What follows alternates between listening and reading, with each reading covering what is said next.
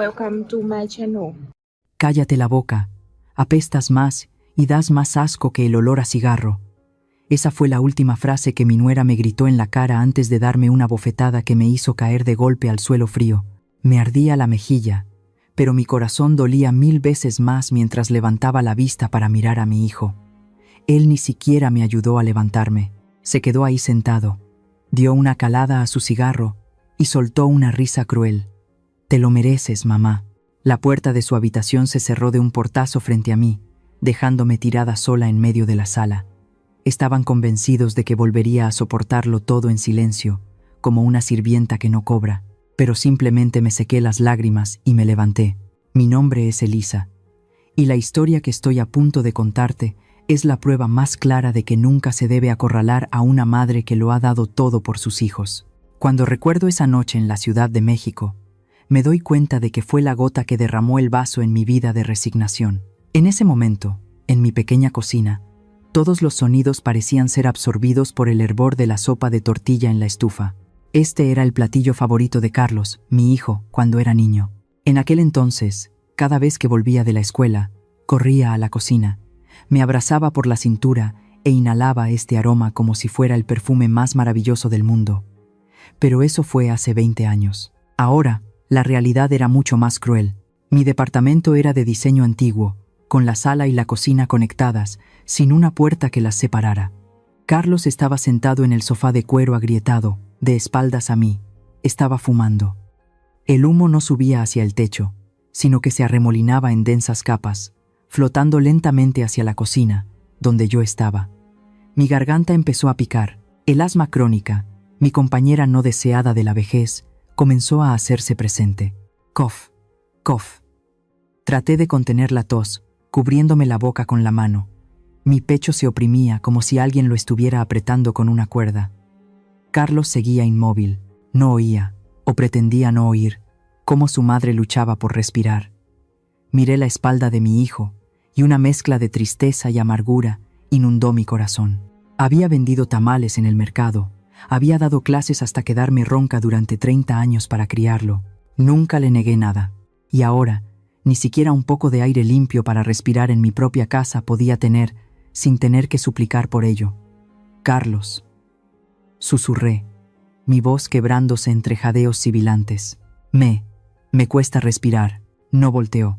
Sus ojos seguían pegados a la pantalla del televisor, que mostraba una ruidosa corrida de toros. Dio otra larga calada, y luego soltó el humo hacia el techo con indiferencia. Su apatía era más fría que el viento nocturno de México. No pude más. Sentía que mis pulmones ardían. Salí tambaleándome de la cocina, agarré una revista de la mesa y la agité desesperadamente para ahuyentar el humo tóxico. «Carlos, por favor». Mi voz se quebró por la frustración. «Sal al balcón, te lo ruego. Siento que me ahogo».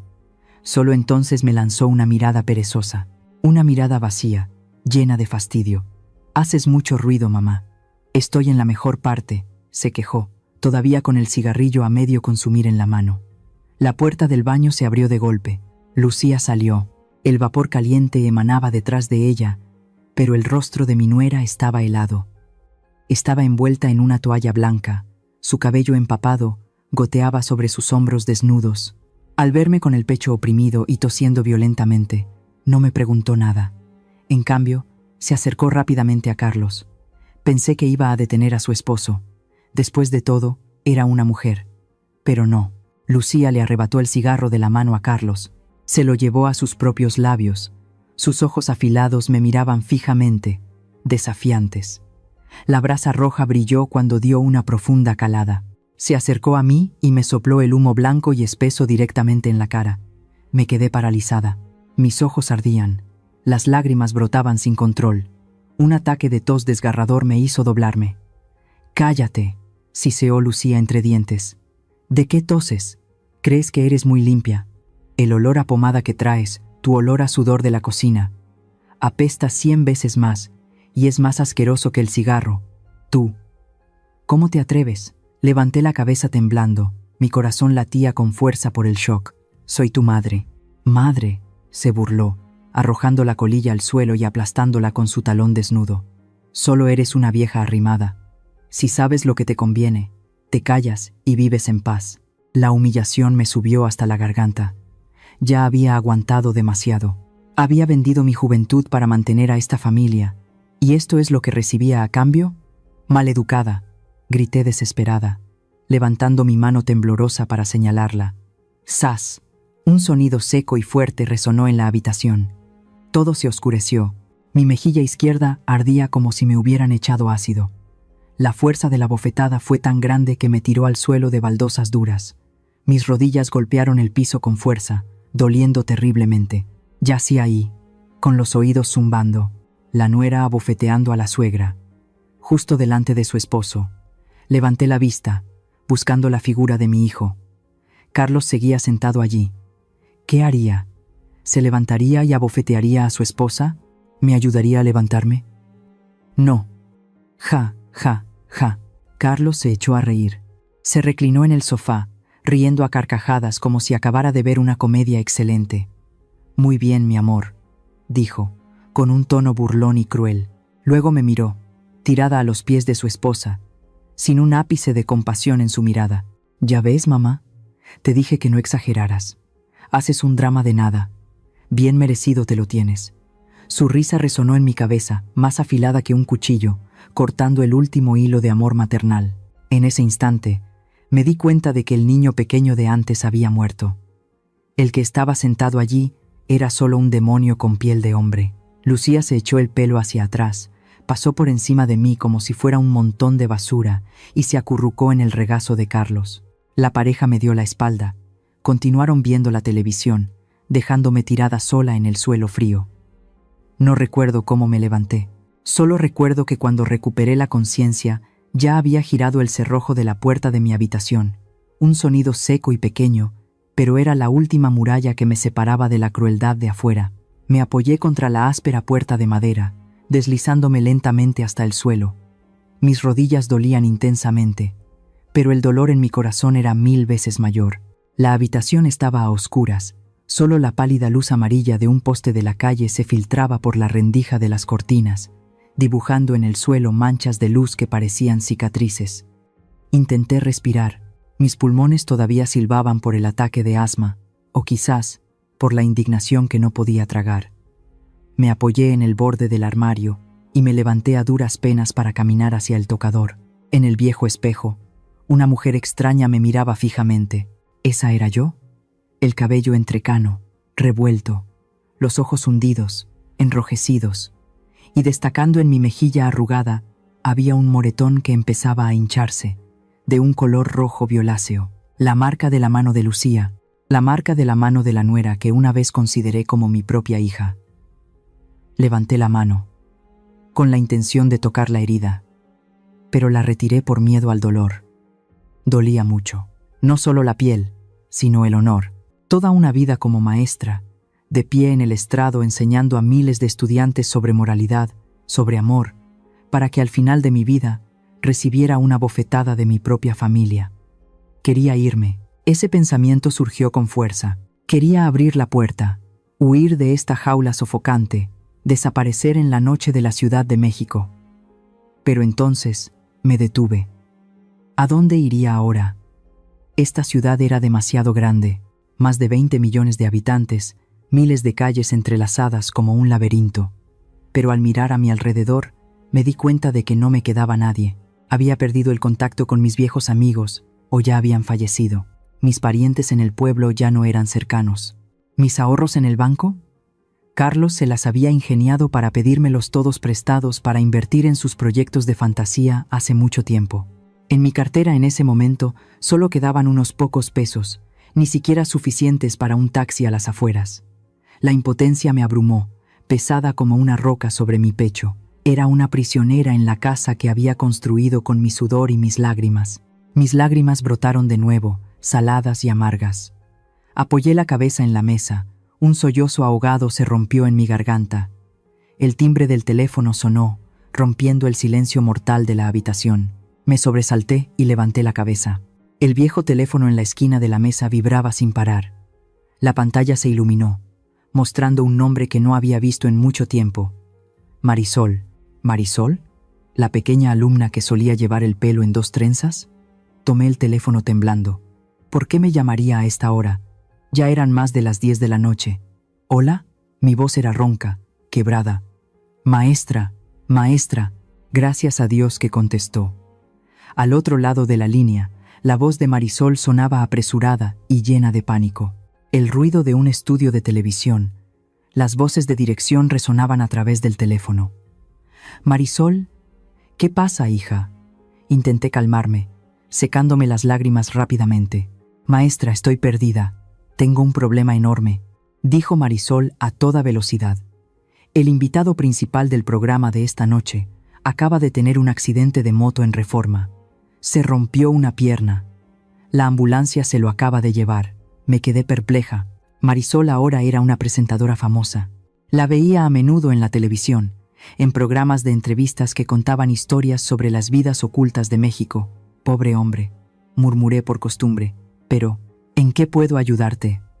Mi programa sale en vivo en 30 minutos. La voz de Marisol sonaba como si estuviera a punto de llorar. El tema de hoy es cicatrices de familia. Necesito una historia real. Alguien con experiencia, con profundidad, con la capacidad de contar una historia para llenar este vacío. Si no, la televisora me cancelará el programa y mi carrera se acabará. Hubo un silencio. Maestra. Marisol bajó la voz, suplicante. Recuerdo que antes contaba historias maravillosamente. Su voz era la más cálida y conmovedora de toda la escuela. ¿Podría venir a salvarme esta vez? Solo necesita sentarse ahí, compartir sobre su vida, sobre lo que ha visto, lo que piensa, lo que sea. Me miré en el espejo, miré el moretón en mi mejilla, cicatrice de familia. El tema sonaba tan irónico y al mismo tiempo dolorosamente coincidente. No sé cómo esté usted, continuó Marisol, con la voz temblorosa, pero siempre la he recordado como la persona más fuerte. Por favor, ayúdeme. Un coche de la televisora está cerca de su casa. Si usted acepta, la recogerán en 5 minutos. Me quedé en silencio. Apreté el teléfono con fuerza. ¿Yo? ¿Fuerte? No, Marisol estaba equivocada. Su maestra ahora era solo una anciana débil, que acababa de ser golpeada por su nuera y humillada por su hijo, y que solo sabía esconderse en su habitación. Estaba a punto de decir que no. Iba a decir que estaba cansada, enferma, que no podía dejar que el mundo me viera en este estado lamentable. Pero entonces, mi mirada se encontró de nuevo con el moretón en el espejo. Estaba hinchándose, amoratado, un claro testimonio de mi fracaso en la resignación. ¿Cuántos años había guardado silencio? 5 años, 10 años. ¿Y qué me había traído ese silencio? Nada, excepto un desprecio cada vez mayor. Si me negaba, pasaría esta noche aquí, en esta habitación oscura, escuchando sus risas afuera. Mañana, saldría de nuevo, cocinaría de nuevo, agacharía la cabeza de nuevo, fingiría que no había pasado nada de nuevo. ¿Quería vivir así hasta el día de mi muerte? No. Un calor abrasador recorrió mi espalda. No era una ira impulsiva, sino un despertar frío y decidido. Ya no tenía nada que perder. ¿El honor? Ya había sido pisoteado bajo el talón de Lucía. Marisol, dije. Mi voz de repente se volvió extrañamente tranquila. Voy para allá. ¿De verdad, maestra? Marisol estalló de alegría. ¡Ay, gracias a la Virgen! Baje al vestíbulo ahora mismo. Ya le envié la ubicación al conductor. Gracias, muchas gracias. Colgué. Me levanté, mirándome en el espejo por última vez. No me puse maquillaje para cubrir el moretón. Tampoco me peiné el cabello revuelto. Solo me puse mi delgado abrigo de lana color tierra, el mismo que había usado durante los últimos 10 años. Esta herida, este aspecto demacrado, era la verdad, y llevaría esa verdad ante las luces. Abrí la puerta de la habitación. El aire exterior todavía estaba espeso con el olor a cigarro y perfume barato. La luz azul del televisor todavía parpadeaba en la sala. Caminé, muy sigilosamente. Carlos y Lucía seguían allí, acurrucados en el sofá. Las carcajadas de un programa de comedia sin sentido resonaban. «Ese tipo es un idiota, ¿verdad, amor?», se rió Carlos, dándose una palmada en el muslo. «Tú eres mucho más listo que él», se rió Lucía, dándole a su esposo una papa frita. Estaban felices. una felicidad construida sobre mi dolor. Pensaban que me habían sometido, que me había acobardado y escondido en mi caparazón como siempre. Me detuve un segundo, mirando la espalda de mi hijo. Esta vez ya no había tristeza ni esperanza. Mi corazón estaba vacío, un vacío extrañamente liberador. Salí por la puerta principal, giré el pomo. El sonido de la puerta al abrirse hizo que Carlos inclinara un poco la cabeza, pero no se dio la vuelta por completo. «¿A dónde vas, vieja?», preguntó en voz alta, con tono arrogante. «¿A comprarme cervezas?». No respondí. Salí al pasillo, cerrando la puerta detrás de mí. El sonido de la puerta al cerrarse silenció por completo las risas, el sonido del televisor y todo el mundo oscuro en el que me había encerrado durante tanto tiempo. Caminé rápidamente hacia el elevador. El pasillo del edificio estaba en silencio, solo el eco de mis pasos resonaba. Pero en mi mente, un fuego comenzaba a encenderse. El elevador se abrió, la luz blanca era cegadora. Entré, presioné el botón de la planta baja. Los números en el panel digital descendían, como si las cadenas que me ataban se estuvieran cayendo. Una llovizna fina comenzó a caer sobre la Ciudad de México, golpeando rítmicamente el techo del taxi, rosa y blanco. Los limpiaparabrisas chirriaban de vez en cuando, barriendo las manchas de agua del parabrisas, pero no podían barrer los recuerdos que se arremolinaban en mi mente. Estaba acurrucada en el asiento trasero, con la cabeza apoyada en la fría ventana de cristal. Afuera, las luces amarillentas de la calle, los letreros de neón azules y rojos de las taquerías callejeras, pasaban a toda velocidad, difuminándose en manchas de color sin sentido. El conductor, un hombre de mediana edad con un bigote espeso, me miró por el espejo retrovisor. Quizás vio el moretón en mi cara, o estos ojos hinchados y sin vida. Iba a decir algo, pero luego se detuvo. Simplemente bajó en silencio el volumen del animado reggaetón y cambió a una estación de radio que ponía boleros tristes. El coche pasó por el mercado de Sonora. El aroma familiar de hierbas, velas aromáticas y tortillas de maíz recién hechas se coló por la rendija de la ventana. Ese olor era como una vieja llave, abriendo de par en par la puerta del pasado que había intentado mantener cerrada con tanto esfuerzo. Recordé los viejos tiempos. Mi esposo murió en un accidente laboral cuando Carlos apenas tenía 5 años. Sin seguro, sin ahorros, solo me dejó un viejo departamento en ruinas y un hijo en pleno crecimiento. En aquel entonces, mi escaso salario de maestra no era suficiente para que los dos sobreviviéramos. Todas las noches, cuando Carlos ya dormía profundamente, me levantaba a hurtadillas para remojar el maíz y lavar las hojas de plátano para hacer tamales. Las 4 de la mañana, cuando la niebla todavía cubría todos los callejones de la ciudad, yo ya estaba cargando mi canasta de tamales calientes para venderlos en el mercado. Mis manos, que solo estaban acostumbradas a sostener una tiza, ahora estaban callosas y llenas de quemaduras por el vapor. Hubo noches de lluvia torrencial como esta, en las que no vendía nada. La canasta quedaba llena. Regresaba a casa a duras penas, empapada. Esa noche, le mentí a Carlos diciéndole que ya había comido en el mercado, para dejarle los 2 últimos tamales con relleno de pollo. Verlo comer con tanto gusto, con la boca manchada de mole, me calentaba el corazón de una manera extraña. En ese momento, pensaba que eso era la felicidad. Carlos era un buen niño en aquel entonces. Era mi único orgullo. Era el niño que corría a la puerta a recibirme cada vez que volvía de dar clases, que besaba mis manos agrietadas y decía: «Cuando sea grande seré ingeniero, te construiré una casa muy grande, y ya no tendrás que vender tamales». El árbol que cultivé con mi sudor y mis lágrimas, qué frondoso había sido. Pero entonces comenzaron a aparecer las plagas, y esa plaga se llamaba Lucía. Todavía recuerdo como si fuera ayer el día que Carlos la trajo a casa para presentarla. Lucía entró. Sus ojos afilados recorrieron la sencilla sala de estar y se detuvieron en el viejo juego de té sobre la mesa con una mirada de desdén. «Tu casa. Huele un poco a grasa, ¿no, mi amor?», arrugó la nariz, diciéndole a Carlos en voz baja, pero lo suficientemente alto para que yo lo oyera. En ese momento, Carlos solo sonrió torpemente y le tomó la mano. «Mi mamá cocina delicioso. Te acostumbrarás cuando vivas aquí». Lo dejé pasar. Pensé que solo era una diferencia de estilos de vida. Di un paso atrás. Luego vino la boda. Invertí todos los ahorros de mi vida para que mi hijo tuviera una boda decente, para que no quedara mal ante la familia de ella. Cuando Lucía vino a vivir como mi nuera, comenzó a cambiar todo. Tiró las cortinas que yo misma había cosido, reemplazándolas por unas costosas cortinas de terciopelo que se sentían extrañas. Se quejó de que mi sopa estaba demasiado salada. Criticó mi forma de vestir por ser anticuada. Me prohibió poner la música alta, no invitar a mis viejos amigos porque hacían ruido y perturbaban nuestro espacio privado. Cada vez que pasaba algo así, miraba a Carlos. Esperaba que mi hijo dijera algo. Esperaba que defendiera a su madre, o al menos dijera algo justo. Pero no. Carlos, el hijo obediente de antes, ahora solo agitaba la mano y me decía con el ceño fruncido: «Ya, mamá, Lucía es joven, es muy directa, tú eres la mayor. Aguanta un poco para que haya paz en la casa. Aguanta un poco». Esas 3 palabras fueron como un hechizo venenoso, encerrándome en la prisión de la resignación.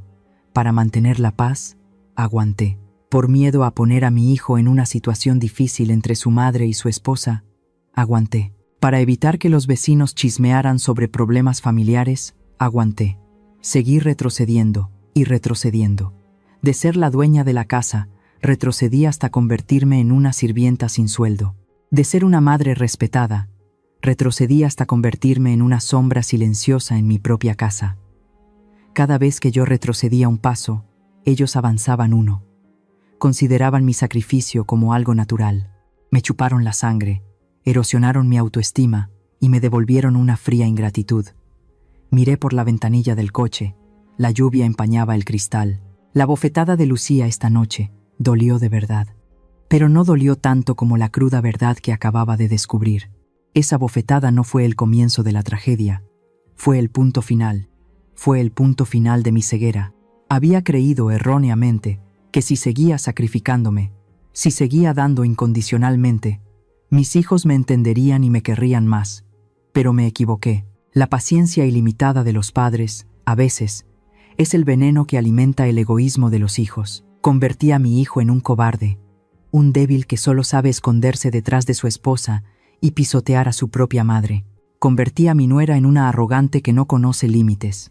La culpa era en parte de ellos, por ser crueles e insensibles, pero también era en parte mía. Les enseñé a amarse a sí mismos, pero olvidé enseñarles a respetar a los demás. Agaché la cabeza demasiado bajo, haciéndoles creer que podían pasar por encima de mí fácilmente. «Señora», la voz del conductor me trajo de vuelta a la realidad. «Ya llegamos, señora, la televisora». Me sobresalté y levanté la vista. Frente a mí se alzaba el imponente edificio de la televisora. Los reflectores iluminaban brillantemente una esquina del cielo, en completo contraste con la oscura noche de mi corazón. Respiré hondo. El olor a lluvia húmeda llenó mis pulmones, helado pero refrescante. Saqué los últimos pesos de mi bolsillo y se los di al conductor. Mis manos ya no temblaban. Abrí la puerta del coche y bajé. El viento nocturno me alborotó el pelo. Me quedé allí, frente al ostentoso vestíbulo, viendo mi reflejo en la puerta giratoria de cristal. La mujer en el cristal se veía patética, con el moretón en la cara, pero su mirada era diferente. Ya no era la mirada sumisa de la Elisa que vendía tamales. Ya no era la mirada suplicante de una suegra débil. Era la mirada de alguien que acababa de atravesar la muerte y había decidido renacer. Me pregunto, ¿el silencio y la paciencia de una madre son realmente un sacrificio?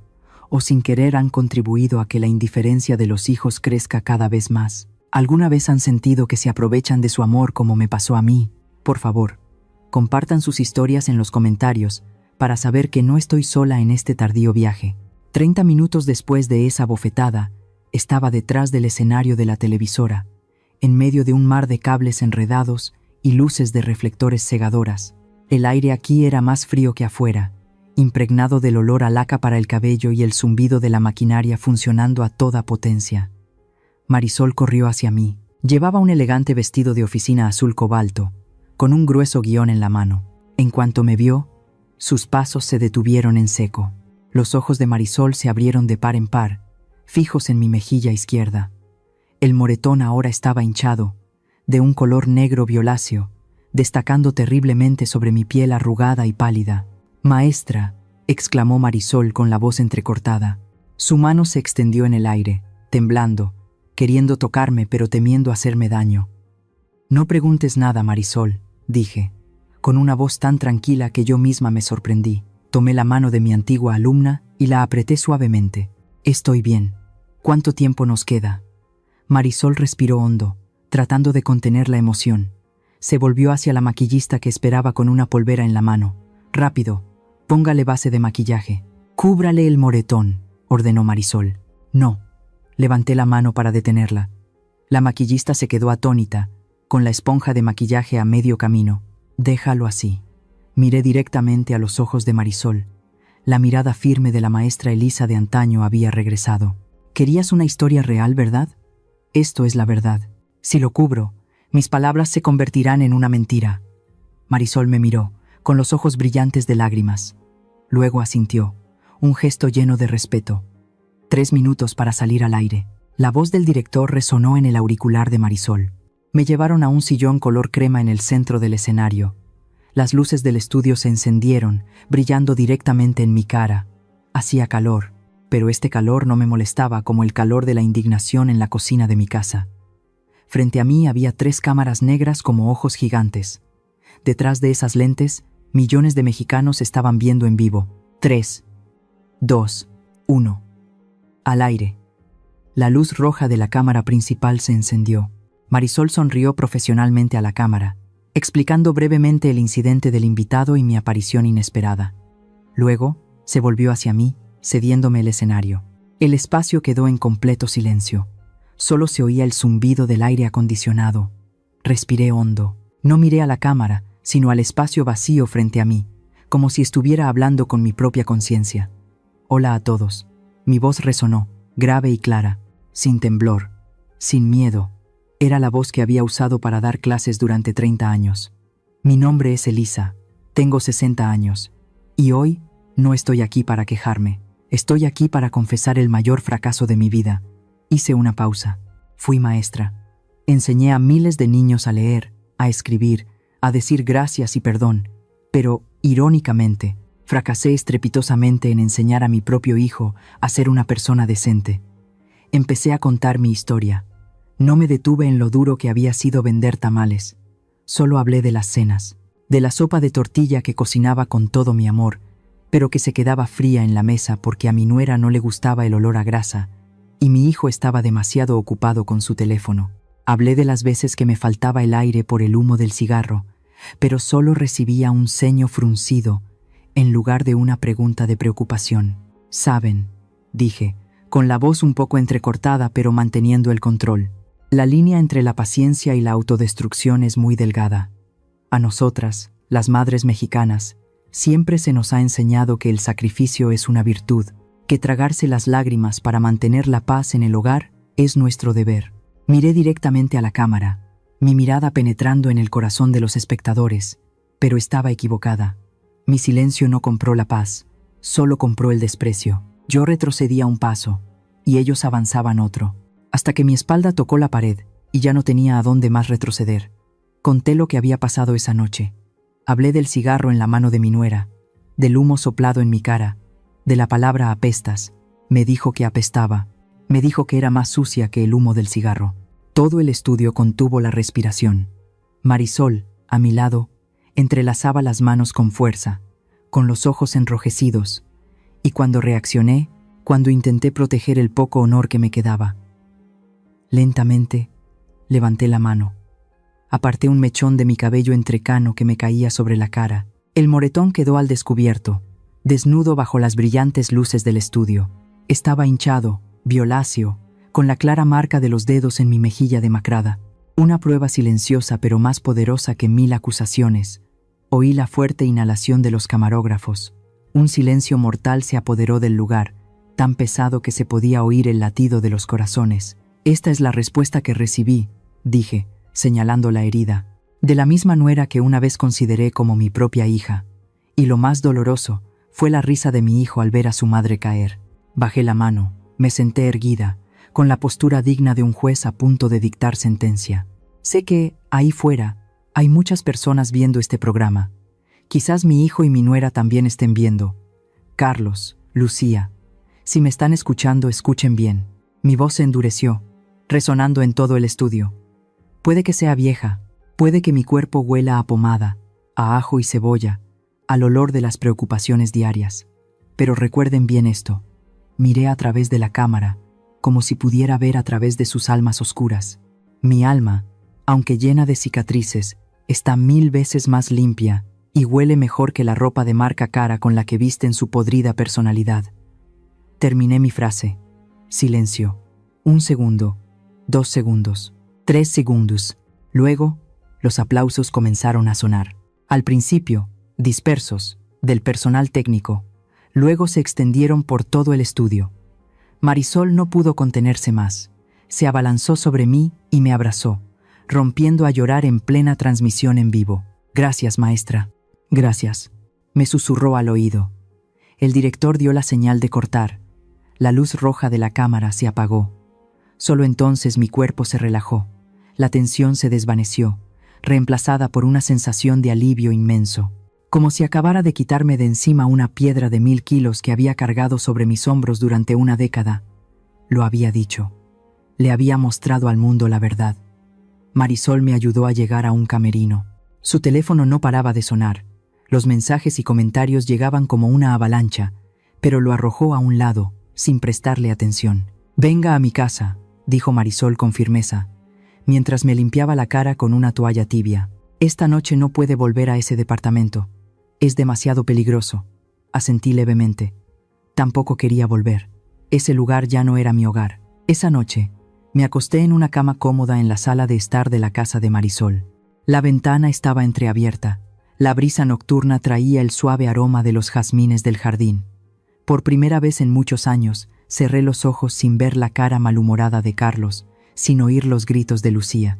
En mi sueño de esa noche, solo había imágenes de los campos de maíz verdes de mi infancia y la sonrisa amable de mi difunto esposo. A la mañana siguiente, me desperté con el aroma del café recién hecho y el canto de los pájaros fuera de la ventana de la casa de Marisol. Un breve momento de paz me hizo pensar que la pesadilla de la noche anterior había terminado. Pero estaba equivocada. Cuando salí a la sala, Marisol estaba sentada frente a la computadora, con una expresión de extrema tensión. Al verme, cerró rápidamente la pantalla, pero no a tiempo. «No me lo ocultes», dije, con voz tranquila pero con el corazón acelerado. «Déjame ver». Marisol dudó un momento, luego suspiró y giró la pantalla hacia mí. «Prepárese, maestra. Ellos no se van a quedar de brazos cruzados». En la pantalla había una serie de artículos y videos que se estaban difundiendo a una velocidad vertiginosa. Mi transmisión en vivo de anoche había causado un terremoto. Miles de personas la habían compartido. Decenas de miles de comentarios indignados exigían justicia para mí. La identidad de Carlos y Lucía fue rastreada por la comunidad en línea. Encontraron la dirección de su casa, su lugar de trabajo e incluso la taquería que solían frecuentar. Pero eso no era todo. En la esquina derecha de la pantalla, otro video estaba subiendo a la cima de las tendencias. Su título me golpeó en los ojos, haciendo que la sangre se me helara. La verdad detrás de las lágrimas de cocodrilo. Mi suegra sufre de delirios. Quien lo publicó fue Lucía. Hice clic para verlo, temblando. En el video, Lucía ya no tenía esa apariencia arrogante y afilada de la noche anterior. Estaba sin maquillaje, con los ojos hinchados, acurrucada en el familiar sofá de casa. Lloraba, las lágrimas caían a raudales. Se veía tan lastimera. «Hola a todos», sollozó Lucía, con voz temblorosa. «Sé que todos están enojados. Pero por favor, escúchenme. Mi suegra, la señora Elisa, está enferma». «¿Enferma?». Me quedé atónita. ¿De qué estaba enferma? Lucía se secó las lágrimas y continuó con su actuación perfecta. Desde hace tiempo muestra signos de depresión y demencia senil. A menudo imagina que la maltratan. El moretón en su cara fue porque se cayó sola en el baño ayer. Íbamos a llevarla al hospital, pero se resistió y se fue de la casa. «¡Mentira!», grité, agarrándome con fuerza al borde de la mesa. «Está mintiendo». Pero el video no terminaba ahí. Lucía presentó sus pruebas. Eran clips cortos, en blanco y negro, extraídos de la cámara de seguridad de la sala. El primer clip, yo trapeando el suelo. Mis manos temblorosas hacen que se me caiga y se rompa un florero. El segundo clip, yo de pie sola en la cocina, Murmurando para mí misma, en realidad, estaba repasando una vieja lección para no olvidar mi oficio. El tercer clip, yo cayendo al suelo, pero lo aterrador fue su astuta edición. En el clip donde me caigo, había cortado por completo la escena de ella abofeteándome, cortado la escena de ella soplándome el humo. El video solo mostraba que yo estaba de pie, y de repente me tambaleaba y caía, como si hubiera sufrido un derrame cerebral o perdido el equilibrio. ¿Lo ven? La voz de Lucía resonaba sobre el video. Se cayó sola. Mi esposo incluso se rió porque pensó que estaba bromeando, porque a menudo bromea así. Y sin embargo, fue a la televisión a calumniarnos. La hemos cuidado con todo nuestro corazón. Y aún así, el video terminaba con Lucía hundiendo la cara en la mesa, llorando desconsoladamente, y Carlos a su lado consolándola, con una expresión de profunda tristeza y resignación. Me quedé sin palabras. Me desplacé hacia abajo, a la sección de comentarios. El viento había cambiado de dirección. Dios mío, resulta que es una vieja senil. La forma en que se cae se ve muy natural. No parece que la hayan golpeado. Pobre nuera, llorando así. Definitivamente no se puede confiar en una sola versión. Esa vieja es terrible, inventando historias para hacerse famosa. Boicoté en el programa de Marisol, cómplice de una mentirosa. Las palabras danzaban ante mis ojos, afiladas como dagas. Miles de flechas envenenadas me atacaban desde todas direcciones. Justo en ese momento, sonó mi teléfono. Carlos. Miré el nombre en la pantalla. Mis manos temblaban tanto que casi se me cae el teléfono. Marisol me hizo un gesto para que contestara, pero activó el altavoz para grabar la llamada. ¿Hola? Mi voz era débil. Mamá. La voz de Carlos sonó. No era una voz de regaño ni de burla. Era una voz suave, dulcemente escalofriante. La misma voz que usaba para pedirme dinero en el pasado. ¿Dónde estás, mamá? Vuelve a casa, dijo Carlos, tan suavemente como si estuviera consolando a un niño travieso. Tu nuera y yo no estamos enojados contigo. Sé que tu enfermedad ha empeorado últimamente, que se te olvidan las cosas, que imaginas cosas. Carlos, exclamé, con lágrimas en los ojos. ¿Cómo puedes decir eso? Fue Lucía quien me abofeteó. Fuiste tú quien se rió de mí. Ahí vas de nuevo, mamá, suspiró Carlos, un suspiro lleno de falsa condescendencia. Mamá, ¿puedes dejar de actuar? La cámara lo grabó todo. Te caíste sola. Nadie te tocó. Me quedé estupefacta. ¿Qué estás diciendo? Vuelve a casa. Te perdonamos todo. Su voz continuó vertiendo en mis oídos esa miel mortal. La gente te está insultando y me duele mucho. Vuelve a casa y toma tu medicina, mamá. No seas el hazmerreír de todos. Ya estás vieja.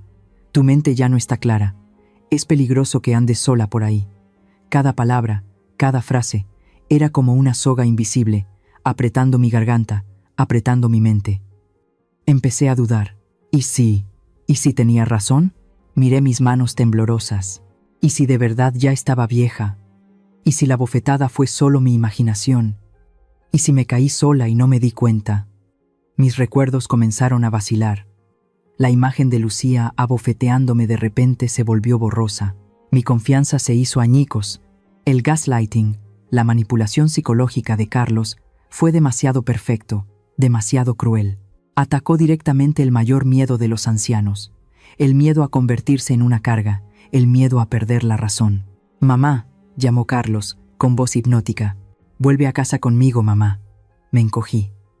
Me sentí pequeña, débil, una loca que molestaba a la sociedad, tal como decían. Yo, estaba a punto de decir, voy para allá. Estaba a punto de rendirme, pero justo en ese momento, una mano cálida apretó la mía con fuerza. Marisol, mi alumna, me miró directamente a los ojos. Su mirada ardía de ira y determinación. Negó con la cabeza enérgicamente. No, maestra Elisa, dijo Marisol en voz alta, a propósito para que Carlos la oyera. Usted no está loca. El moretón en su cara es real, su dolor es real. No deje que le laven el cerebro.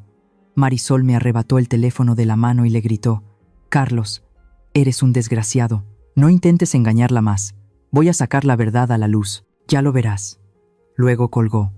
La habitación se sumió en el silencio. Me dejé caer en la silla, agarrándome la cabeza. Me dolía como si me la estuvieran partiendo.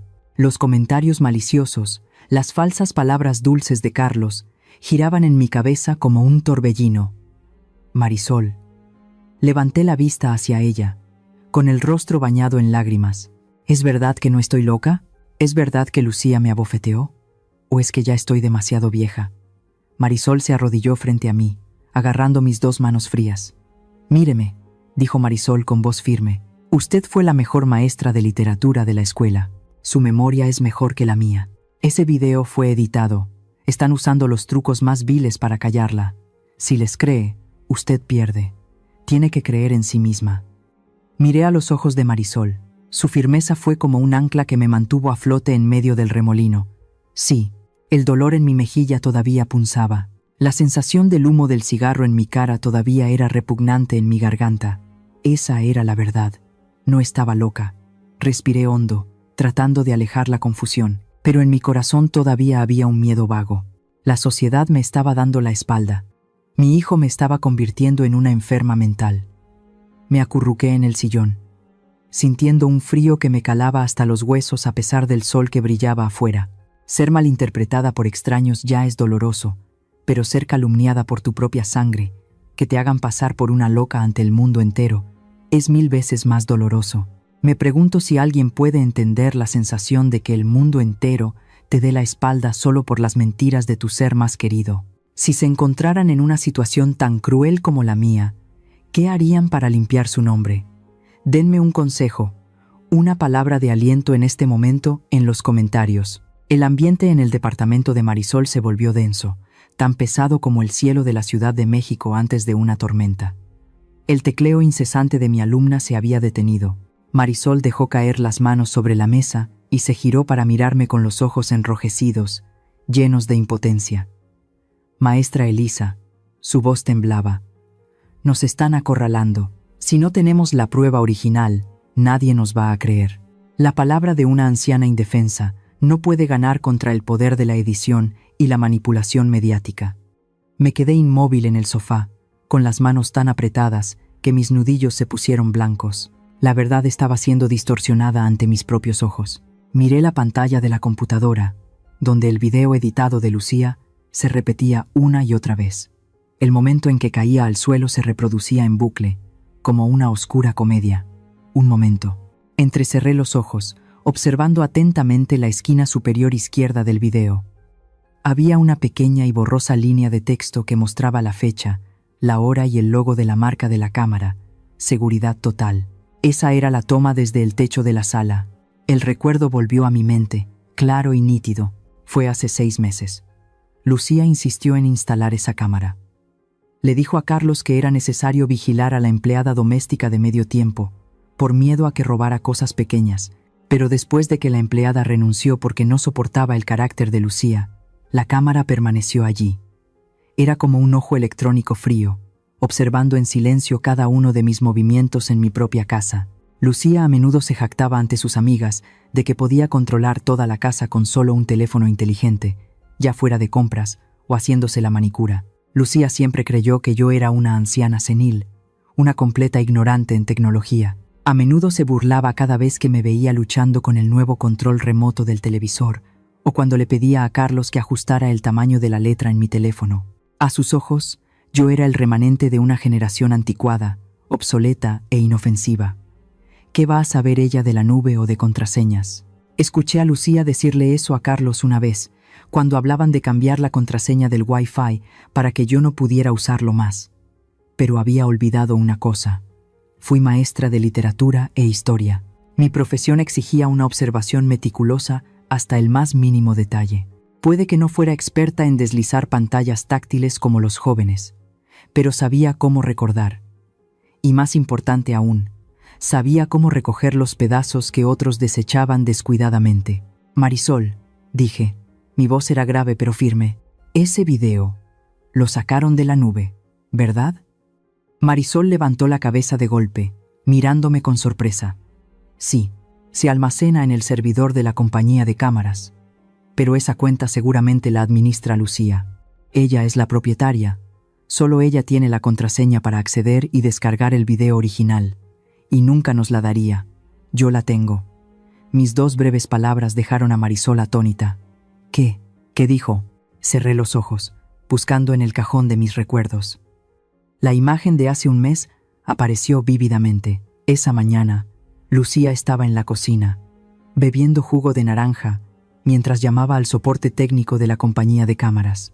Estaba muy molesta porque había olvidado la contraseña para acceder a su cuenta de administrador y renovar su plan de almacenamiento. Sí. Envíenme el código de recuperación a mi correo electrónico. Rápido, espetó. Luego, tomó una nota adhesiva amarilla y un marcador, y garabateó una serie de caracteres que el operador le dictó. Inició sesión de nuevo, cambió la contraseña, y luego arrugó el papel y lo tiró directamente a la basura debajo del fregadero antes de irse a arreglarse. Lucía pensaba que la basura era un lugar para enterrar secretos. No sospechaba que la persona que vaciaba esa basura todos los días era yo. Cuando recogí ese papel arrugado para clasificar la basura reciclable, sentí curiosidad y lo abrí. La letra garabateada de Lucía apareció. Era una serie de números y letras. Un código maestro de recuperación. Este tipo de código se utiliza para restablecer el acceso en caso de emergencia, y generalmente es válido por mucho tiempo si no se usa. Lo leí. 1 vez, 2 veces, 3 veces. Mi hábito profesional me hizo memorizar automáticamente esos números y caracteres, de la misma manera que solía memorizar las calificaciones de 40 estudiantes en mi clase sin necesidad de abrir mi registro. En ese momento, solo pensé que lo recordaba por si acaso, por si alguna vez lo necesitaba si el internet de la casa fallaba. Nunca imaginé que sería la llave del destino que me salvaría la vida en este momento. Escríbelo, Marisol. Abrí los ojos, mirando directamente a mi alumna. Te lo voy a dictar. Marisol, nerviosa, agarró un bolígrafo y una libreta. Su mano temblaba de emoción. C mayúscula. Número 4. R minúscula. Signo de exclamación. M. E. X. I. C. O. 2. 0. 2. 4. Y termina con L mayúscula. Dicté cada carácter claramente.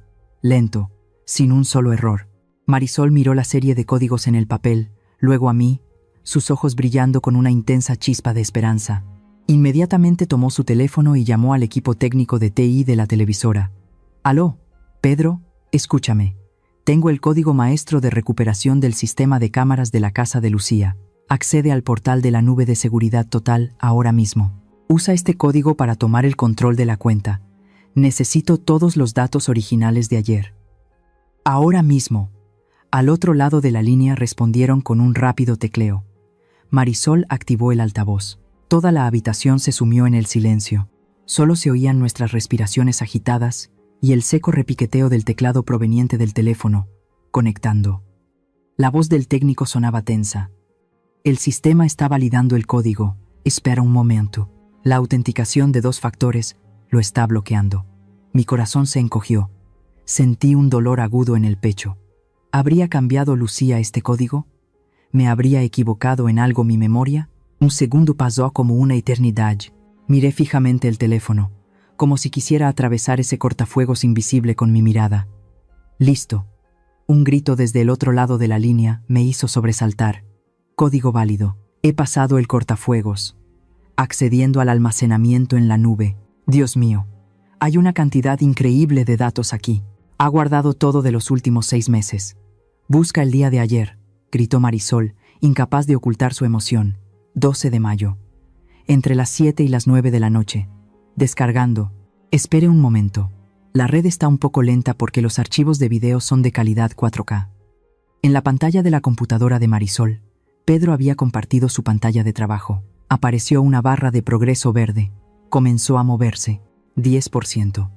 Contuve la respiración, viendo cómo esa barra verde avanzaba milímetro a milímetro. No eran solo datos electrónicos. Era mi honor. Era mi dignidad. Era la inocencia de toda una vida. 25%. Si Lucía descubría que alguien estaba iniciando sesión, podría borrar los datos de forma remota al instante. Estábamos en una carrera contra el tiempo, y también contra la astucia de mi nuera. «Rápido. Vamos. Rápido», murmuraba Marisol, con sudor en la frente. El timbre de notificación de mi teléfono sonó de nuevo. Eché un vistazo. Era otro mensaje de Carlos. Las amenazas y los insultos habían comenzado a reemplazar la falsa dulzura de antes. Quizás se habían impacientado porque no regresaba. Puse el teléfono boca abajo. Ya no me importaba. 75%. La pantalla de la computadora parpadeó. Apareció una lista de archivos de video, ordenados por fecha y hora. «Lo encontré», gritó Pedro. «Archivo de las 19:45. Tamaño 2 GB. Lo estoy descargando.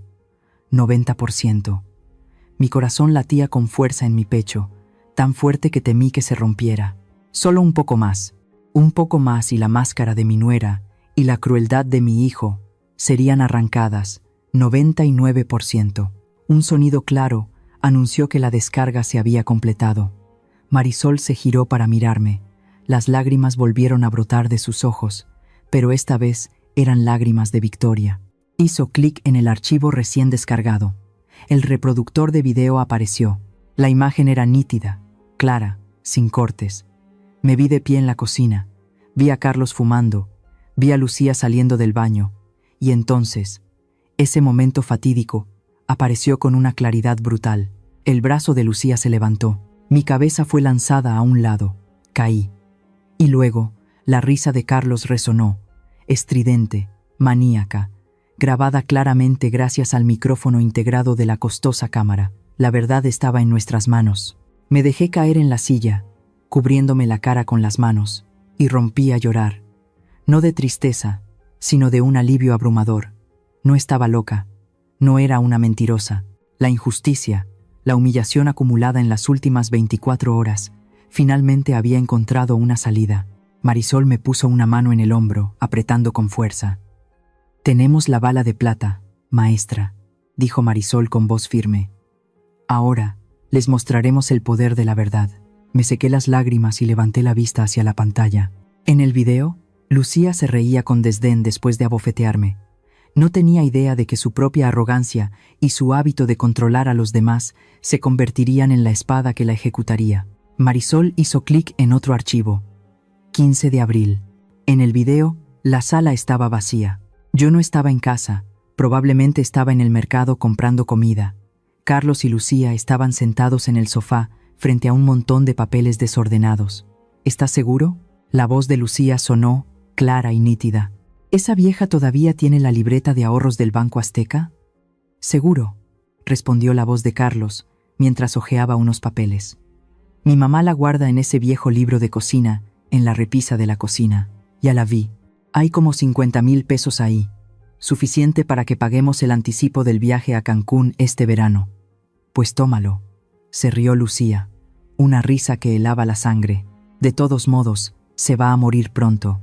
¿Para qué quiere el dinero? Tómalo como un pago por haber aguantado su olor a pomada todos estos años. Me quedé petrificada frente a la pantalla. 50,000 pesos. Era el dinero que había ahorrado de mi pequeña pensión y de la venta secreta de tamales en los últimos años. No lo guardaba para gastarlo, sino para pagar mi propio funeral. No quería que, cuando muriera, mis hijos tuvieran que preocuparse o pedir dinero prestado. Y sin embargo, habían planeado robarme hasta mi propia muerte. Desgraciados. Marisol golpeó la mesa con fuerza. Lágrimas de ira brotaron de sus ojos. Maestra, no solo son insensibles, son unos ladrones, robándole el sudor y las lágrimas a su propia madre. No dije nada. No podía decir nada. Tenía un nudo en la garganta. La imagen del niño pequeño de antaño se desvaneció por completo, reemplazada por el rostro codicioso y descarado del hombre que contaba dinero en la pantalla. Marisol abrió otro archivo de audio. 20 de abril. Esta vez era Lucía hablando por teléfono con una amiga. «Ay, mi suegra. Es como una carga, amiga. Estoy pensando en cómo mandarla a un asilo del gobierno para quitármela de encima. Pero Carlos tiene miedo de que lo llamen mal hijo. Ya le dije, solo hay que estresarla hasta que se vuelva loca. Y entonces, cuando la internemos, nadie podrá decir nada». Así que era eso. Todas las provocaciones, los comentarios sarcásticos, la bofetada de ayer, no fueron un arrebato de ira momentáneo. Era un plan cruel para acorralarme, para convertirme en una loca a los ojos de todos, para justificar echarme de la casa. Sentí un escalofrío recorrer mi espalda. Había estado viviendo bajo el mismo techo con demonios durante tantos años sin saberlo. Tenemos suficiente, dijo Marisol, su voz temblando de emoción. El video de la bofetada, la grabación del robo de dinero, la grabación de la conspiración para hacerle daño. Esta es una prueba irrefutable.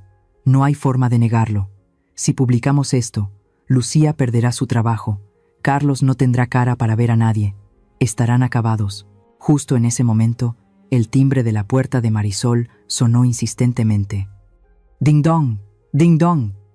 Marisol se sobresaltó y apagó rápidamente la pantalla de la computadora. Me hizo una seña para que me quedara quieta, y luego se acercó sigilosamente a la puerta para mirar por la mirilla. Regresó, con el rostro tenso. Es el señor Roberto, el administrador del condominio donde usted vive. Mi corazón dio un vuelco. Roberto, ¿qué hacía aquí? ¿Cómo sabía que estaba aquí? Marisol abrió la puerta. Roberto entró, con una expresión de disculpa, sosteniendo un sobre grande con un sello rojo. Me vio sentada en el sofá, suspiró levemente y se quitó el sombrero para saludar. «Hola, señora Elisa. Lamento molestarla en este momento», dijo el señor Roberto, con voz vacilante. «Pero esto es muy urgente. Su hijo Carlos acaba de presentar una solicitud de emergencia a la administración y al comité de vecinos». ¿Qué solicitó?», pregunté, con la garganta seca. El señor Roberto me entregó el sobre. Con manos temblorosas, lo abrí. Dentro había una citación para una reunión de emergencia a las 9 de la mañana del día siguiente en el Salón de Usos Múltiples. Asunto: evaluación del estado mental inestable de la residente Elisa y consideración de la transferencia de tutela a su hijo Carlos para garantizar la seguridad de la comunidad. Le dijo a todo el mundo que usted ha perdido la razón, que tiene tendencias violentas y de autolesión. El señor Roberto bajó la cabeza, sin atreverse a mirarme a los ojos. Incluso invitó a un representante del DIF, Desarrollo Integral de la Familia, para que testifique. Señora Elisa, si mañana no se presenta para dar su versión, o si no puede demostrar que está en su sano juicio, tienen el derecho de llevarla a la fuerza para una evaluación. Marisol tomó el papel, lo leyó rápidamente y luego se burló. Vil. Demasiado vil. Quiere atacarnos primero. Quiere convertirla en una loca ante la ley para invalidar su testimonio. El señor Roberto me miró con pesar. Yo le creo, Elisa. La conozco desde hace décadas, pero papelito habla. Y con esos videos que su nuera publicó en internet, mucha gente en el vecindario está muy confundida. Tiene que tener cuidado. Dicho esto, se despidió y se fue, dejando atrás una atmósfera cargada de ansiedad. Marisol se giró hacia mí, sus ojos ardiendo con espíritu de lucha. ¿Lo ve? No le van a dejar ninguna salida. Quieren encerrarla en un manicomio para apoderarse de la casa y de sus ahorros. Me quedé sentada, apretando la citación con tanta fuerza que se arrugó. ¿Miedo? Sí, tenía mucho miedo. Pero más grande que el miedo era otro sentimiento. Un sentimiento que no había experimentado con tanta claridad en mucho tiempo. Desprecio. Despreciaba a las personas que una vez me llamaron madre. Despreciaba su cobardía. Y ese desprecio mató el último vestigio de amor ciego que quedaba en mi corazón. Me levanté, lentamente, con firmeza. Caminé hacia la mesa de la computadora, mirando la pequeña memoria USB que estaba conectada. Contenía toda la verdad. Contenía mi honor y mi libertad. Marisol, llamé. Sí, maestra. Mañana, iré allí. Mi voz era extrañamente tranquila. Ya no temblaba, ya no se ahogaba. Era la voz de alguien que no tenía nada que perder, y también la voz de alguien que sostenía la espada de la justicia en sus manos. Prepara el proyector, continué, mi mirada fija en el vacío, como si ya pudiera ver los rostros atónitos de Carlos y Lucía a la mañana siguiente. ¿Quieren un juicio público? De acuerdo, les daré un juicio que nunca olvidarán en sus vidas. Marisol me miró, atónita por un momento, y luego sonrió, una sonrisa llena de confianza. Iré con usted y transmitiré toda la reunión en vivo para ver quién es el loco, quién es el que necesita ser castigado. Asentí. Afuera, la noche de la Ciudad de México había caído, pero en mi corazón el amanecer comenzaba a despuntar. Mañana no iría allí a suplicar piedad, iría allí para poner fin a todo, para enterrar un pasado doloroso y reclamar justicia para mí misma. Las pruebas están en mis manos, pero exponer la verdadera cara de mi hijo ante todo el mundo nunca es una decisión fácil para ninguna madre, por muy destrozado que esté mi corazón. Mañana será el juicio final. ¿Creen ustedes que debería revelarlo todo para darles una lección que nunca olviden, o debería dejarles una última vía de escape? Me gustaría mucho escuchar sus pensamientos antes de entrar en esta batalla decisiva. Por favor, dejen su opinión en los comentarios. 9 de la mañana. El salón de usos múltiples del condominio estaba abarrotado. El aire era denso, sofocante, una mezcla del olor a café barato, a limpiador de pisos químico y a la curiosidad de una multitud hambrienta de chismes. Los ventiladores de techo zumbaban sobre nuestras cabezas, pero no lograban disipar el calor bochornoso que emanaba de los murmullos. Estaba de pie detrás de la puerta de madera entreabierta. Mi corazón latía con calma, pero mis pies se sentían extrañamente firmes.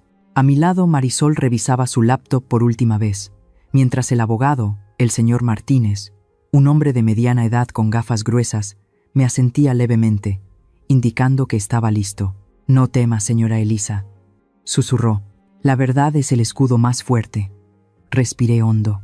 Dentro de la sala, la voz de Carlos resonaba a través de un micrófono, distorsionada y llena de pesar.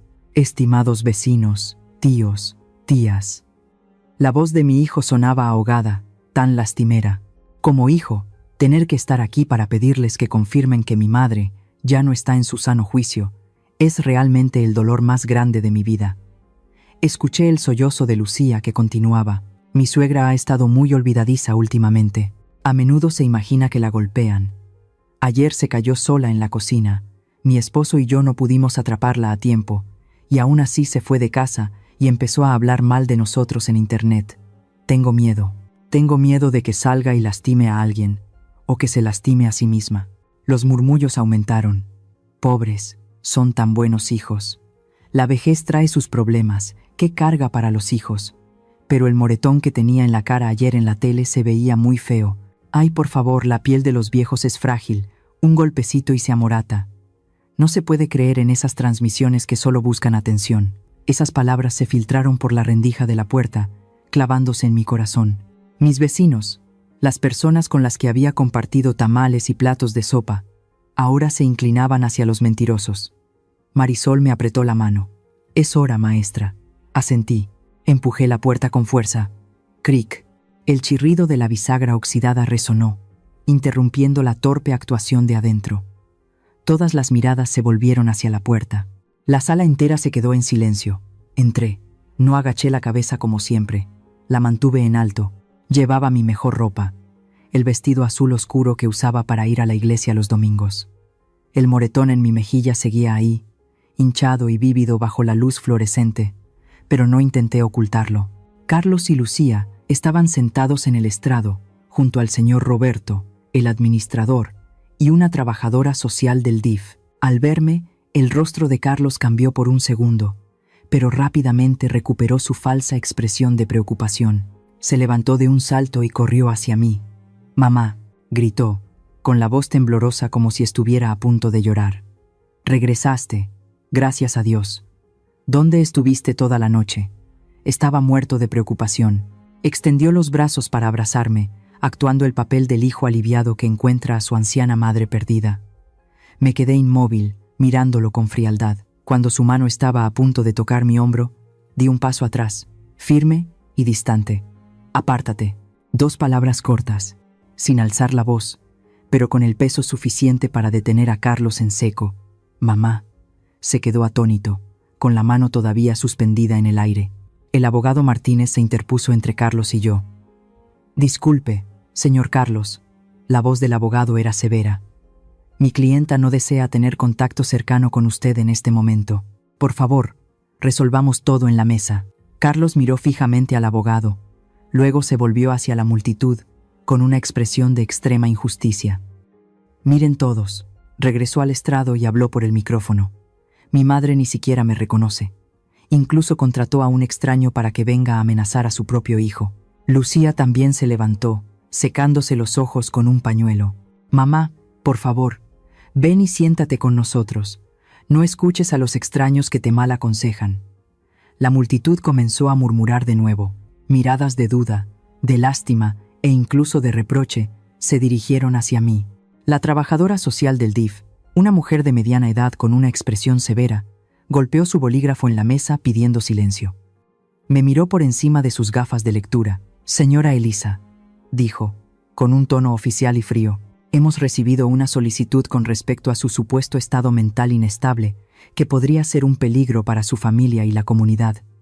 Estamos aquí hoy para escuchar y hacer una evaluación preliminar. Su hijo ha solicitado la transferencia de la tutela, lo que significa que él administraría sus bienes y decidiría dónde vive usted.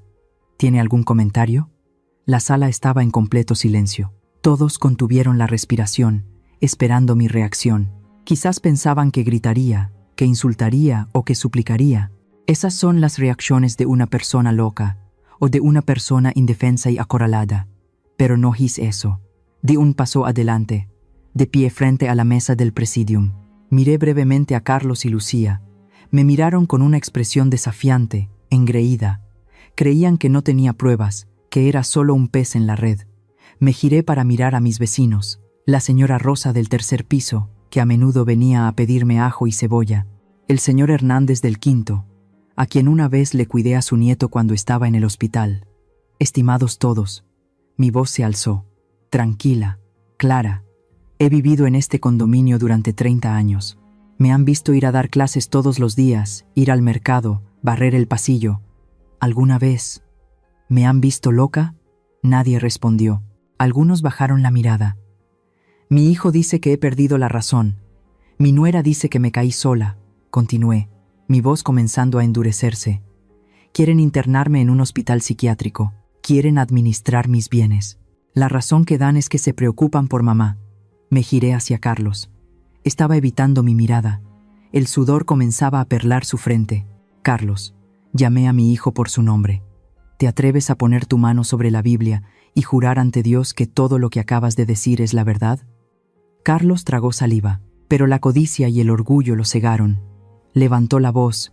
«Me atrevo. Mamá, no me compliques las cosas. Todo es por tu bien». «¿Por mi bien?». Sonreí levemente. Una sonrisa amarga. Me volví hacia la trabajadora social. «Señora, antes de que tome cualquier decisión sobre una evaluación, me gustaría presentar algo. No son solo palabras. Es la verdad». «¿Qué verdad?». La trabajadora social frunció el ceño. «La verdad sobre el supuesto amor y cuidado que estas dos personas me tienen». Carlos y Lucía se miraron. Lucía de repente se sintió inquieta. Intentó levantarse para protestar. «Ya basta. ¿Qué truco vas a hacer ahora?», espetó Lucía. «No le hagan caso. Está a punto de tener otra crisis».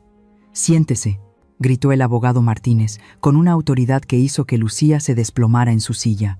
«Mi clienta tiene derecho a presentar pruebas en su defensa. Es la ley». El ambiente en la sala estaba tenso como la cuerda de un violín. Toda la atención se centró en mí. Respiré hondo. Era ahora, este momento, el momento en que yo misma arrancaría el falso telón de terciopelo que había cubierto mi vida durante tanto tiempo.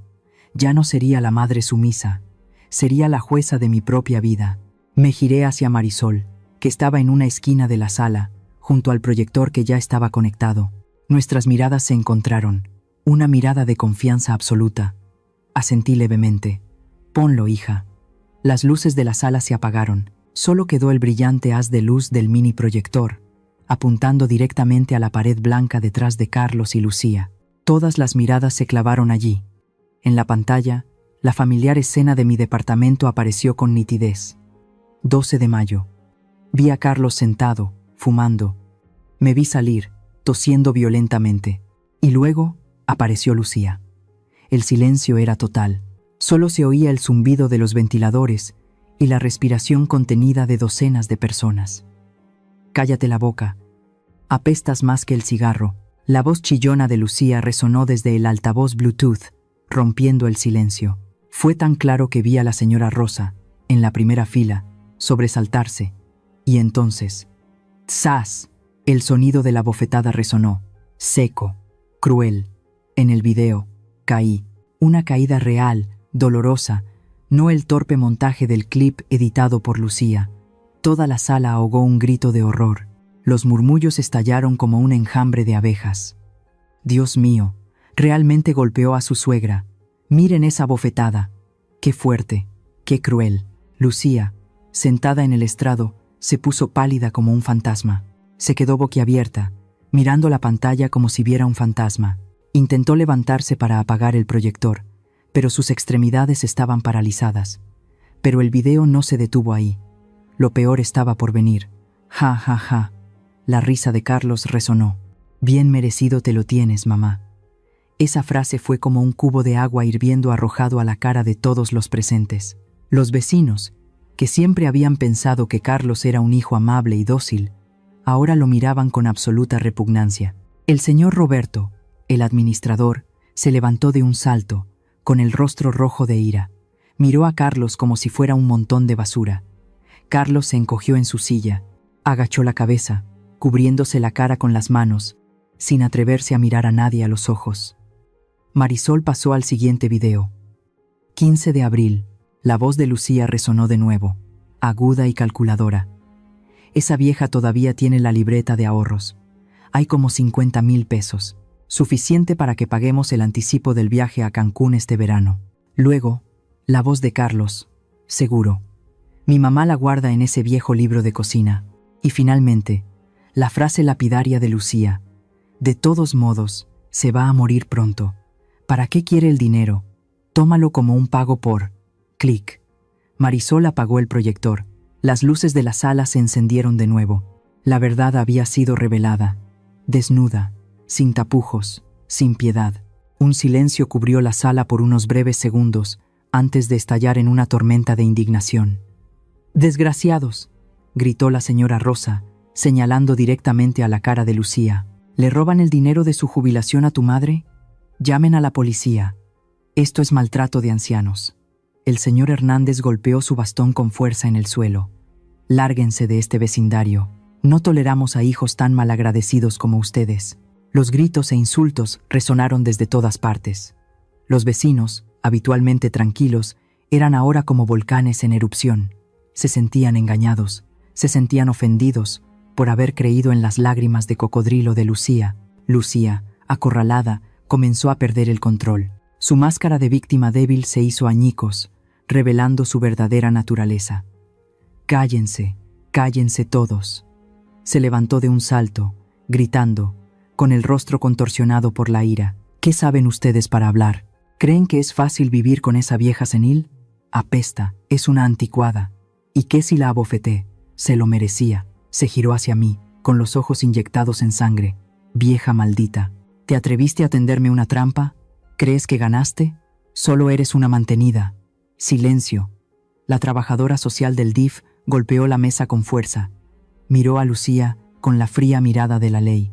Sus palabras y acciones acaban de ser suficientes para que la acusemos de agresión y maltrato a una persona mayor.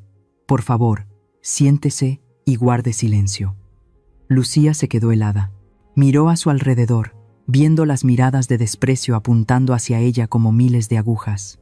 Se dejó caer en la silla, jadeando, pero no se atrevió a decir una palabra más. ¿Y Carlos? Mi hijo se había deslizado de su silla en algún momento. Estaba arrodillado en el suelo frío, justo frente a mí. «Mamá», levantó la cabeza, con la cara cubierta de lágrimas y mocos. «Mamá, me equivoqué. Ella me convenció. Perdóname, mamá. No dejes que me arresten. Soy tu hijo». Se arrastró hacia mí, intentando abrazar mis piernas. La misma táctica que usaba de niño, cuando cometía un error. Lo miré, extrañamente. En mi corazón en ese momento no había satisfacción, ni dolor. Estaba vacío. Miré al hombre arrodillado a mis pies. Este era el hijo que había llevado en mi vientre, por quien había pasado hambre para criarlo. Una vez estuve dispuesta a morir por él, pero ahora, al verlo tan cobarde, tan débil, negando su responsabilidad y culpando a su esposa para intentar salvarse, solo sentí una extrañeza escalofriante. El sagrado vínculo maternal, él mismo lo había quemado con el encendedor que usó para su cigarro. Di un paso atrás, alejándome de su mano extendida. «Levántate, Carlos», dije. Mi voz era fría y tranquila como un lago en invierno. «No ensucies el suelo del señor Roberto. Carlos se detuvo, mirándome atónito. Nunca me había visto así. Levanté la cabeza y recorrí la sala con la mirada. Miré a la trabajadora social, al abogado, a los vecinos. Estimados todos, dije, con voz resonante, no necesito su lástima, tampoco necesito sus disculpas. Puse mi mano sobre mi pecho izquierdo, donde mi corazón latía con calma. Vine aquí hoy solo para recuperar una cosa, la verdad y el honor de una maestra. Una vez enseñé a mi hijo a ser un hombre, pero fracasé. Y hoy debo corregir ese error con esta última lección, la lección de la responsabilidad. Me giré para mirar a Carlos y Lucía por última vez. No los llevaré a juicio. No quiero ver a mi hijo en la cárcel. Los ojos de Carlos brillaron con una chispa de esperanza. Pero, continué, enfatizando cada palabra, a partir de este momento, ya no soy su madre. Esa casa, la venderé. El dinero que intentaron robar, lo donaré todo. Ya son adultos, tienen salud, tienen juventud. Vivan por sus propios medios. Mamá, no puedes hacer eso, gritó Lucía. Si vendes la casa, ¿dónde vamos a vivir? Eso no es asunto mío, respondí secamente. Dicho esto, me di la vuelta. El abogado Martínez y Marisol se acercaron a mis costados, como dos guardaespaldas escoltándome. Caminé hacia la salida. Detrás de mí, el llanto desesperado de Carlos, los gritos inútiles de Lucía y el murmullo de la multitud. Pero no miré atrás. La puerta se abrió, y la brillante luz del sol del mediodía de la Ciudad de México entró, cegadora y cálida. Salí. Respiré hondo. Ya no había olor a humo de cigarro, no más olor a humedad, solo el olor del sol, del viento y el olor de la libertad. Un año después, la primavera regresó a la Ciudad de México. Las jacarandas comenzaron a florecer, tiñendo de púrpura las antiguas calles del barrio de Coyoacán. La brisa primaveral traía el dulce aroma de los churros recién hechos y el fragante café de olla de los puestos callejeros. Estaba regando las plantas en el pequeño y soleado patio de la Casa de Paz. Esta no es mi casa. Es un pequeño centro de apoyo para ancianos que han sufrido maltrato, fundado con el dinero de la venta de mi antiguo departamento y un terreno en el pueblo. Aquí, ya no soy la solitaria señora Elisa. Vivo con otras 5 amigas mayores, que también llevan cicatrices como las mías. Cocinamos juntas, tejemos juntas, y lo más importante, aprendemos a reír de nuevo juntas. Esta mañana, la señora Rosa, mi antigua vecina, vino a visitarme. Me trajo un frasco de mole casero, y por supuesto, noticias del viejo mundo que dejé atrás. Me contó que Carlos y Lucía se divorciaron solo 2 meses después de aquel fatídico día. Cuando se quedaron sin dinero y sin honor en qué apoyarse, su ostentoso amor se rompió como una burbuja de jabón. Lucía está siendo investigada por la policía por falsificación de documentos para apropiarse de los bienes de una empresa donde trabajaba. Los videos del maltrato a su suegra de hace un año resurgieron, haciendo que a donde quiera que vaya, la gente la señale y la desprecie. La arrogante nuera de antes ahora tiene que esconderse, viviendo con miedo y en soledad. Y Carlos, la señora Rosa vaciló, tomó mi mano y bajó la voz. Está muy mal, desempleado, ahogado en deudas de juego. Lo echaron del condominio porque no tenía para pagar las cuotas. Últimamente, a veces lo veo merodeando al otro lado de la calle, escondido detrás de una jacaranda, mirando hacia el centro. Está muy delgado, se ve viejo y demacrado. Una vez lo vi intentar cruzar la calle, pero luego se dio la vuelta y se fue, secándose las lágrimas mientras caminaba. Escuché, mientras seguía podando suavemente las hojas marchitas de una orquídea. Mi corazón estaba tranquilo como un lago en otoño. Ni una onda de satisfacción. Tampoco más dolor punzante. En el pasado, si hubiera oído que mi hijo sufría así, probablemente me habría vuelto loca. Habría corrido a protegerlo, a cobijarlo. Pero la Elisa de antes ya está muerta. La Elisa de hoy entiende que cada uno debe cargar con la cruz de su propia vida. Ese es el precio de la madurez. Y el precio de las malas decisiones.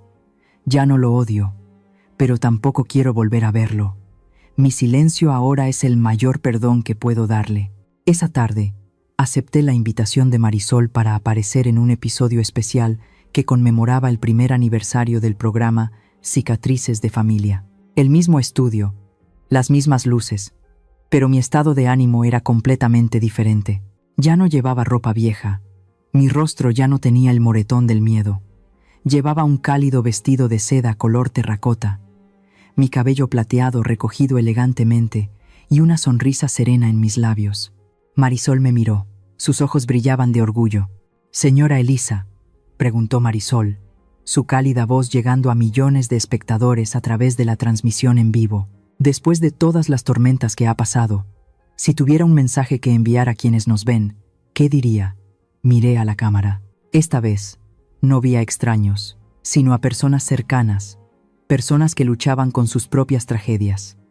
Comencé a hablar lentamente. «Queridos amigos, mi vida fue una vez una larga serie de resignación sin sentido.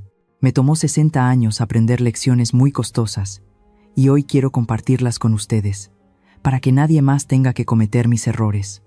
A las madres y abuelas que nos están viendo, por favor, recuerden que el amor maternal es sagrado, pero no es esclavitud.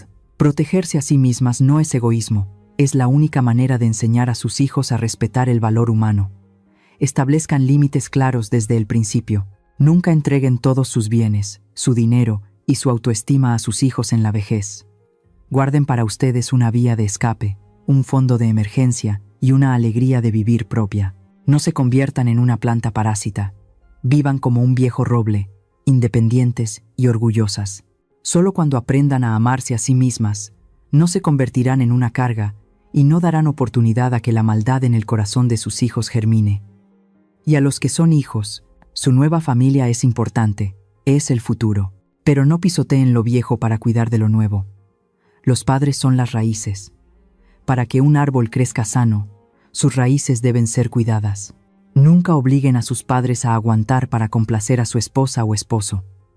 El equilibrio entre la familia de origen y la nueva familia es la medida de su carácter y su moral. No esperen a que sus padres les den la espalda o estén bajo tierra.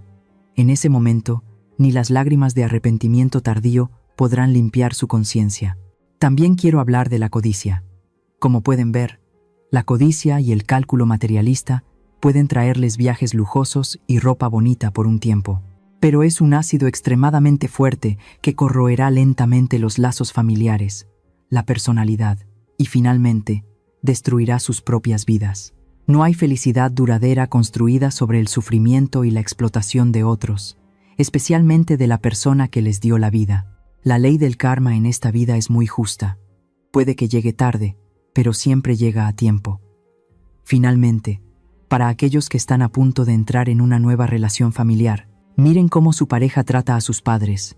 Ese es el espejo que refleja cómo los tratarán a ustedes en el futuro. Nunca toleren la falta de respeto.